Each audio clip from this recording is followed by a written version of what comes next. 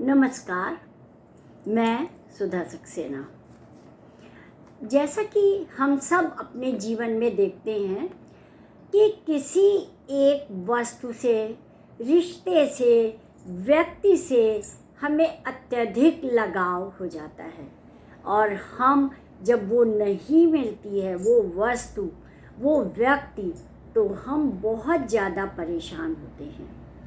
इसको भौतिक जीवन में आसक्ति कहते हैं और भौतिक जगत इसी आसक्ति का परिणाम है। आइए आज आसक्ति पर ही कुछ चर्चा करते हैं। वैसे तो आसक्ति शब्द लगाव का पर्यायवाची है। लगाव में व्यक्ति को सकारात्मक ऊर्जा और प्रेरणा मिलती है, लेकिन जब व्यक्ति को वस्तु से इतना अधिक लगाव हो जाता है कि वह उसके बिना रह नहीं पाता है या उसके अभाव में उसे कुछ भी अच्छा नहीं लगता है, तो यह प्रवृत्ति आसक्ति बन जाती है और यह सकारात्मक ऊर्जा के स्थान पर नकारात्मक ऊर्जा देने लगती है। यह एक प्रकार से अच्छा नहीं होता है, यह एक प्रकार का नशा है। दरअसल हमारे अंतःपटल में सारी क्रियाएं दो प्रकारकों से संचालित होती है। दो कारक हैं जिनसे कि हमारे अंतःपटल में सारी क्रियाएं संचालित होती हैं। ये पहली है मस्तिष्क और दूसरी है मन। मस्तिष्क में विचार आता है और यदि मस्तिष्क ने काट छांट करके सकारात्मक ऊर्जा को ले लिया तब तो आसक्ति नहीं होती है, लेकिन यदि मन उससे जुड़ गया तो निश्चित रूप से हमें आसक्ति हो जाती है। विवेचना के उपरांत ही किसी भी जब मस्तिष्क के जरिए जब हम कोई कार्य करते हैं तो विवेचना के उपरांत ही हम उसके गुण दोष जान पाते हैं, जबकि मन के द्वारा संचालित क्रियाओं पर गुण दोष का कोई असर नहीं होता है। वह तो सिर्फ भागता है, मन चंचल होता है। आसक्ति एक बंधन की तरह है जिसमें फंसकर मनुष्य छटपटाता रहता है।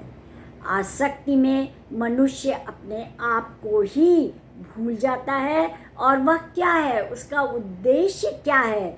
इस अवस्था में व्यक्ति ना चाहते हुए भी वही काम करता है जिसकी कि उसको धुन लग जाती है। जिसके प्रति वह आसक्त होता है उसके लिए वह उसी प्रकार से कार्य करने लगता है।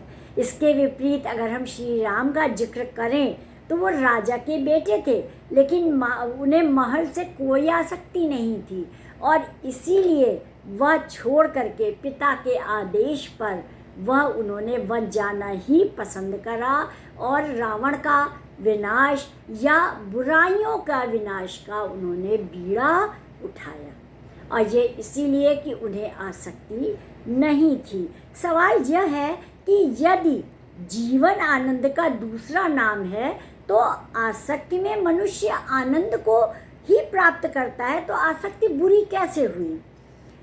असल में यह मन हमारा गुण दोष की विवेचना नहीं करता है। उसे जो अच्छा लगता है वह तो वही करता रहता है। इसके विपरीत हमारे मस्तिष्क के पास गुण दोष को परखने और समझने की पर्याप्त क्षमता होती है। जब हमारा मस्तिष्क किसी भी वस्तु के गुण दोषों की विवेचना करके उसके लाभ हानि के बारे में मन को समझाने का प्रयत्न करता है और सफल हो जाता है, तब मन उस आसक्ति में नहीं फंसता है और अमुक वस्तु के प्रति हमारी आसक्ति अपने आप कम हो जाती है। कहते भी हैं कि मन हार गया तो हम हार गए, और यदि हमने अपने मन को मना लिया तो हमारी जीत सुनिश्चित है। वैसे हर बार आसक्ति बुरी नहीं होती है। बाकायदा कई बार आसक्ति मनुष्य के लिए ऊर्जा का काम करता है। यदि वह उस कार्य में लग जाता है, उसकी रुचि है, उसे धुन लग जाती है, तो फिर वह अच्छा काम कर ही लेता है। यदि आसक्ति की दिशा नकारात्मक है तब वह क्षणिक आनंद वाली होती है और मनुष्य अपने मूल्यों से भटक जाता है। दूसरी तरफ व्यक्ति यदि आसक्ति में अपने जीवन मूल्यों को समाहित कर दे तो वही आसक्ति उसके विकास का एक साधन बन जाती है। तात्पर्य ये है कि आसक्ति में गुण दोषों की विवेचना और सकारात्मक विचारों से आसक्ति लाभप्रद है, जबकि बिना गुण दोषों की विवेचना करे हुए नकारात्मक विषयों से आसक्ति हमारे लिए, समाज के लिए और सभी के लिए नुकसानदायक है, हानिप्रद है और हमें गलत दिशा में वह ले जाती है। तो आज इतना ही। यदि आपने मेरा चैनल लाइक और सब्सक्राइब नहीं किया है तो कृपया करें। धन्यवाद।